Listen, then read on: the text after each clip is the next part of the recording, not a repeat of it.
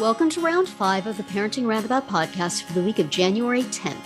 I'm Terry Morrow, and I'm here with Nicole Eridix. Hello. And Catherine Haleko. Hello. Today, we're taking a break from talking and complaining and obsessing and instead shouting out things other people are doing that we think you'll find as useful or enjoyable as we do. We call this our Roundabout Roundup. So the thing I'm going to recommend today is one of those hip, hot, happening items that everybody's looking for. They're flying off the shelves. You know, they're making Christmas toys that people have looked for in the past look like nothing compared to the hotcakes these suckers are selling like. And that is, of course, your rapid home test for COVID. Our drugstores around us are all out of them. I was talking to my friend and she said that she had somebody who would find out where they were and then they would rush over and get them. And then they had to give one to somebody else. So they went back and got more. And the person said, nope, the last test just walked out with that guy. So, you know, there seems to be a big demand for these items. And I am the sort of person who thinks, hey, I maybe should have like 20 of those in my closet just in case. So I was looking around to see what people were using, and I heard of this iHealth, and I went on their website and I ordered a bunch, and they came pretty quickly. They were delivered, I think, in less than a week. So if you are the kind of person who, whether you're ever going to use them or not, just feels like you want to go every now and then and touch them and know that should you need one, you will have it, and you will not have to fight old ladies at the CVS to get one. I recommend iHealth.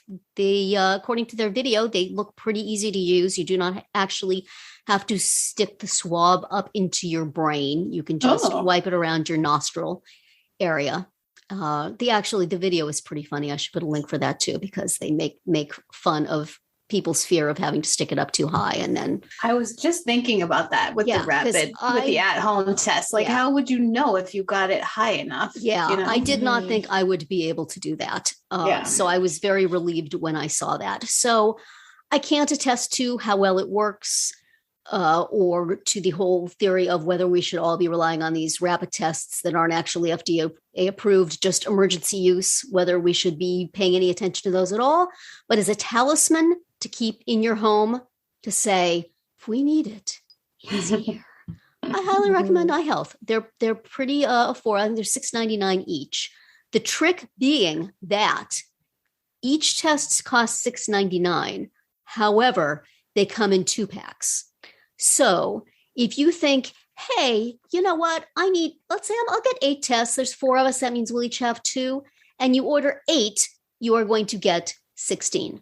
So now I see. We are learn from my mistake. I sent a note and said, could I please change my order? And they said, we are literally working 24 hours a day to get all these products out that people keep ordering. So we'll get that to you sometime. And by the time the next day that it shipped. So it's like, well, now we can each use one 4 times, or else anybody wants a test, come by my house. What do you got to barter? We'll see. Right. If the CVS is out, stop by. Maybe we can make a deal.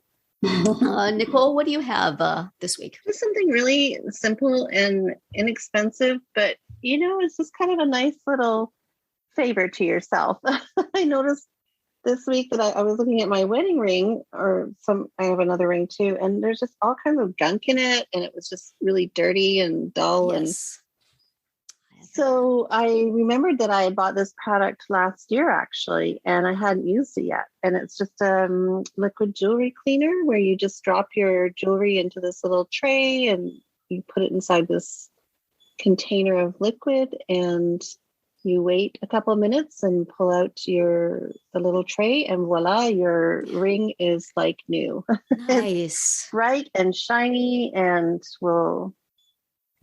yes, it definitely is like, wow, look at that. I used to do that every now and then, back when I was young and I cared about such things. Yeah. But I mean, it was like gunky and gross. And I was like, I should just look after this because it is, I want it around for a while longer. So yeah. The stone from my engagement ring fell out while we were on vacation. Oh, fortunately, just this past vacation. Yeah. Oh. Fortunately, I I had just hit my hand against something as I was packing. And I thought, oh, that hit right on my ring. And I looked at my ring. Ah! So we were able to find the stone. And I just have to go now, take it someplace and say, please reassemble this. I promise to wear it forever. Together. So I still have my wedding band, but it looks very lonely.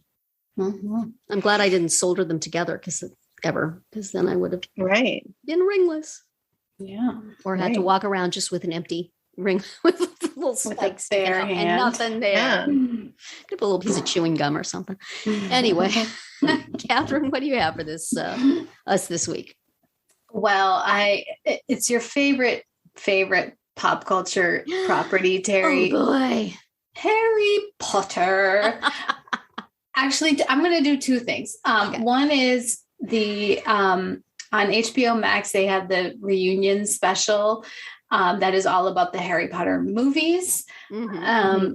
And that was fun. It focused mostly on the three, young actors who played the three main characters, but they also had other people on, several of the directors, because over the course of 8 movies, there were multiple directors and they talked about some of the actors who we have lost, who were in the series, Alan Rickman and some of the others. And so it was sweet, because I watched that. Just thinking about, these three, they started when they were like 10 and they worked together closely for 10 straight years making these movies.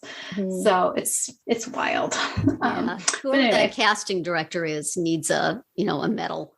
Yes. Finding those kids. Right. Such a risk when you're going to do something that's obviously going to be a series of movies. Right. To know when they're 10 that they're going to have the chops for this. Right. Mm-hmm. And they really did. So that was a side recommendation, because I'm also going to shout out something my son received as a Christmas gift. And it is a Lego set that allows you to make the crests from all the Hogwarts houses. Ooh. So you choose. It comes with all of the supplies that you need for each of the different 4 houses, and you pick which one you're going to do. And it's meant to be like displayed as a wall art when you're finished. Ooh. So it's cool. It's cool. And so my son got it as a gift for Christmas, and 2 or 3 days after Christmas, he sat down and just put it all together. Wow. And it's a lot of pieces, but you don't use, you use like a third of the pieces or whatever, because you only do one of the designs. And so I suppose if you wanted to, you could take it apart and do a different one. If you decided you wanted to change houses, but he feels loyal to the house that he was sorted into at some point, probably on the Pottermore website or something. Yeah. So which house is it? Hufflepuff. Yes. Okay. So anyway, is that a good this house? Is some people think it's a little bit fluffy. Hufflepuff. It's not the one with all the evil people though, right? It's not. No, it's not that one. Slytherin, and it's not but it's also, that's Slytherin, and it's not the one with Harry and Hermione and Ron either. So it doesn't always get the respect. Seems appropriately ambitious though. You don't want to be all full of yourself and say you're supposed to be in that house with all the stars of the movie. All right. But you also don't want to be, with the bad guys. So just pick a nice neutral house in the middle. Yes. So this was, a not inexpensive item, but it is pretty cool for anybody who is a fan of both Lego and Harry Potter. Also because, you can hang it up on a wall. Like we have several Lego creations that are just like sitting on windowsills and shelves and things. And this, theoretically takes up less room. You could hang it up on a wall. So Anyway, so that is it for another week of Parenting Roundabout. If you missed any of our earlier episodes this week, look them up on Spreaker, Apple Podcasts, Amazon Music, or wherever you get your podcasts to hear what we have to say about birthday party etiquette, parenting rites of passage, and little life improvements. You can find all of our episodes at parentingroundabout.com and talk back in the comments there on our Facebook page or on Twitter, where you'll find us at Roundabout Chat. And please visit our Amazon shop at amazon.com/shop/mamitude, where you can find links to a lot of the things we talk about. Have a great weekend and see you back here on Monday.